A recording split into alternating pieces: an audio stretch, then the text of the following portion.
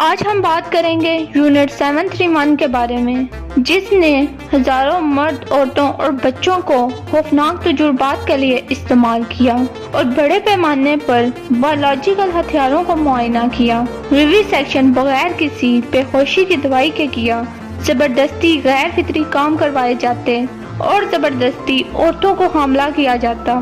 اس ادارے نے انسان کی تاریخ کے خوفناک اور بہت ہی برے تجربات کیے، اور یہ سب شیرو عشی کی نگرانی میں کیا جا رہا تھا، جو اس یونٹ 731 کا ڈائریکٹر تھا۔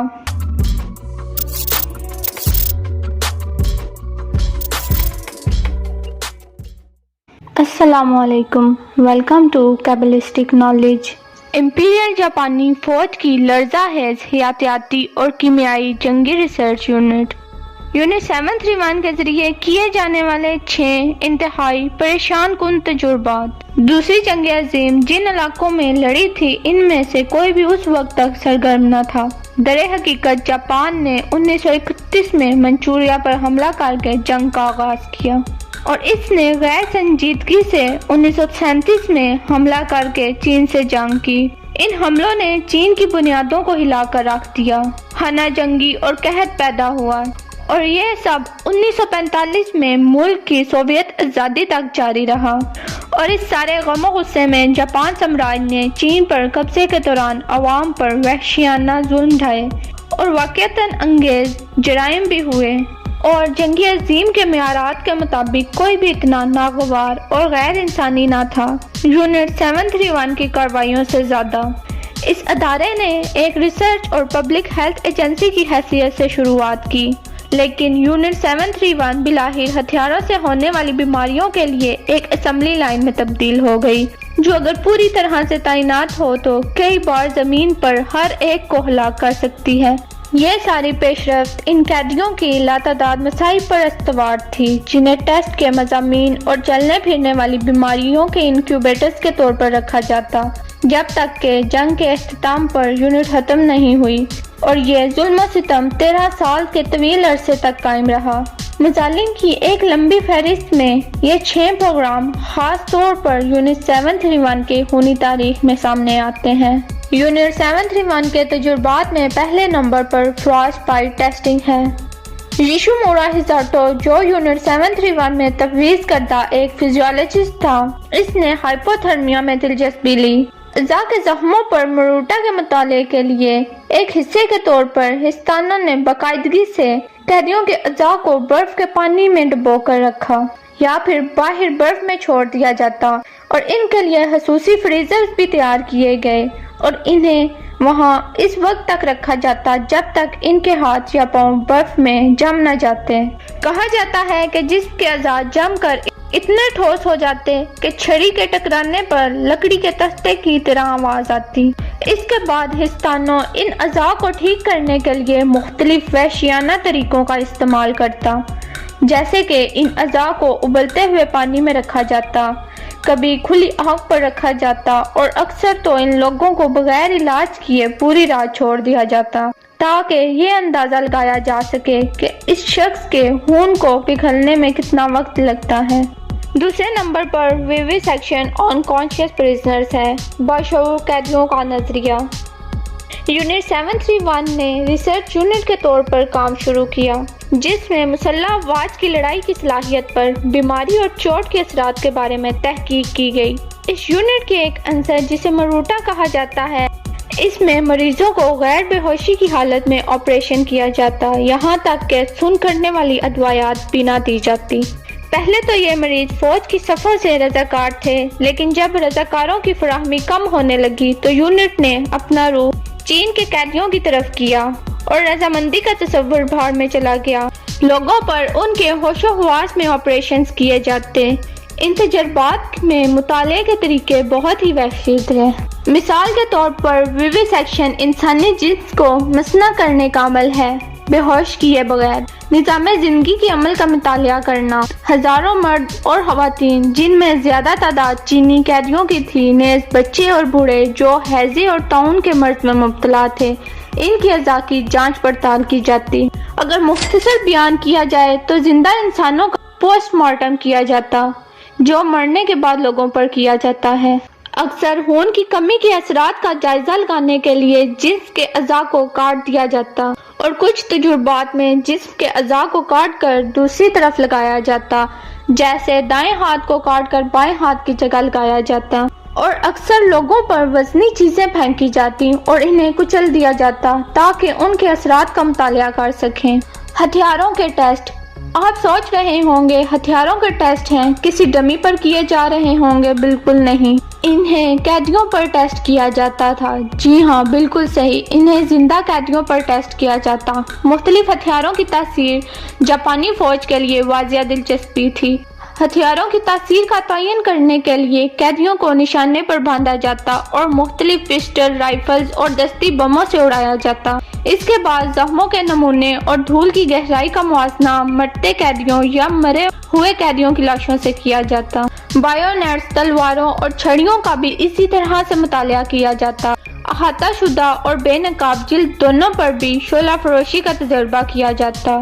اس کے علاوہ اعصابی گیس چیمبرز قائم کیے گئے اور انسانوں پر بھاری چیزیں رکھ دی جاتی اور اس کا مطالعہ کیا جاتا۔ قیدیوں کو کھانے پینے سے محروم کر دیا جاتا اور دیکھا جاتا کہ انسان کھانے اور پانی کے بغیر کتنے دن زندہ رہ سکتا ہے، اور متاثرین کو صرف سمندر کا کھارا پانی دیا جاتا اور انفیکٹڈ لوگوں کے خون کے یا جانوروں کے خون کے انجیکشنز دیے جاتے۔ متاثرین کو زیادہ دیر تک ایکس رے میں رکھا جاتا تاکہ ایفیکٹس کا مطالعہ کیا جا سکے، جس کی وجہ سے ہزاروں لوگوں کی موت بھی ہوئی۔ چہرے اور جسم کے نازک اعضاء کو ایکس رے میں زیادہ دیر رکھا جاتا جس سے ان کے اعضاء جل جاتے۔ پائلٹوں اور گرتے ہوئے پیراٹروپرز پر اعلیٰ جی فورسز کے اثرات کا مطالعہ کرنے کے لیے یونٹ 731 کے اہلکاروں نے انسانوں کو بڑے سینٹریفیوجز میں لادا اور انہیں اونچائی اور تیز رفتار سے باندھا یہاں تک کہ وہ ہوش کھو بیٹھیں یا مر جائیں، جو عام طور پر 10 سے 15 جی کے ارد گرد ہوتا۔ چوتھے نمبر پر سفلس تجربات ہیں۔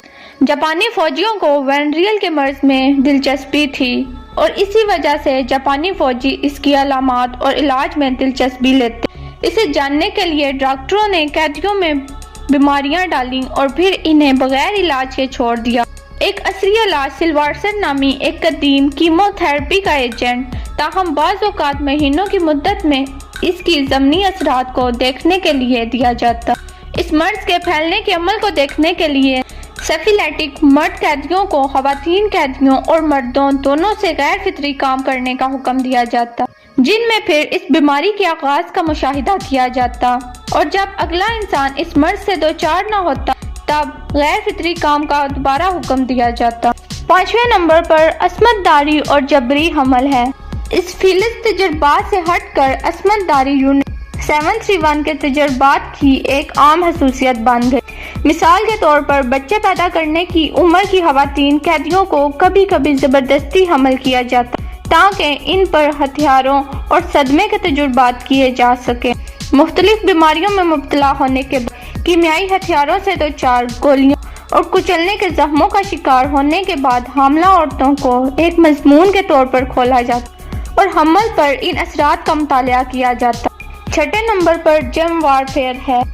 یونٹ 731 کی پوری تحقیق ایک مشن کی حمایت میں تھی جو 1939 میں چین کے خلاف بڑے پیمانے پر استعمال کرنا تھا۔ یونٹ 731 10,000 قیدیوں کو جو منچوریا کے مختلف جگہوں میں امپیریل فورسز کی قید میں تھے، ان قیدیوں کو لایا جاتا اور انہیں مختلف بیماریاں منتقل کی جاتی، جیسے کہ یرسینیا پیسٹس جو بیوبونک اور نمونیا کا باعث بنتی۔ جاپانی سپاہیوں نے اسے لوگ در لوگ منتقل کیا اور مختلف جگہوں میں پھیلایا۔ اس بیماری کو مزید مہلک بنانے کے لیے ڈاکٹروں نے ان قیدیوں کا مطالعہ کیا جن میں تیزی سے مرض کی تشخیص ہوئی تھی، اور جو قیدی ٹھیک ہو جاتے انہیں گولیوں سے اڑا دیا جاتا، اور جو جلدی بیمار ہو جاتے ان کا خون نچوڑا جاتا جب تک کہ وہ مر نہ جاتے۔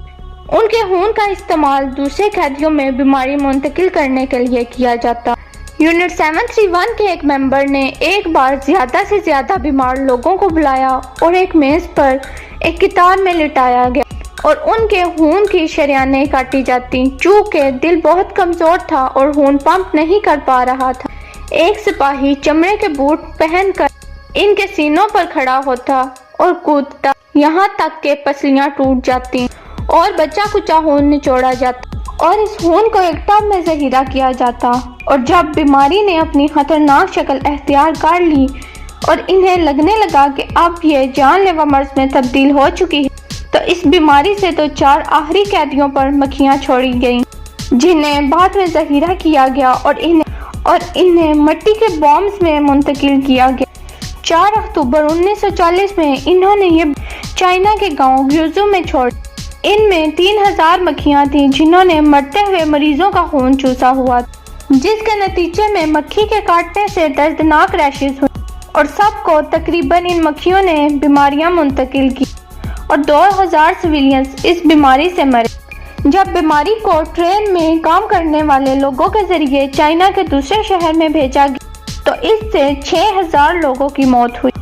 1945 اگست میں جب ہیروشیما اور ناگاساکی پر حملہ کیا گیا تو سوویت آرمی نے منچوریا پر قبضہ کیا اور ایمپرر نے ریڈیو پر کہا کہ یونٹ 731 ختم کر دی گئی ہے اور اس کے ریکارڈز اور تحقیقات کو جو تحریر کیا گیا تھا جلا دیا گیا، جو 13 سال کے دوران حاصل کی گئی تھی، اور ریسرچرز بھاگ گئے اور عام زندگی بسر کرنے لگے اور کچھ یونیورسٹیز میں پروفیسر کے طور پر کام کر رہے ہیں جیسے کہ کچھ ہوا ہی نہیں تھا۔ اور اس دن تک جاپان نے معافی نہیں مانگی اور نہ ہی چائنا نے معاف کیا ہے۔ اس ایکسپیریمنٹ میں شمار آخری انسان بھی بوڑھا ہو کر مر چکا ہے اور کہا جا سکتا ہے کہ اس مسئلے کو کبھی نہیں اٹھایا جائے گا۔ اگر آپ کو بھی یہ ویڈیو اچھی لگی ہے تو اس ویڈیو پر لائک اور کمنٹ کریں اور چینل کو سبسکرائب کریں۔ شکریہ۔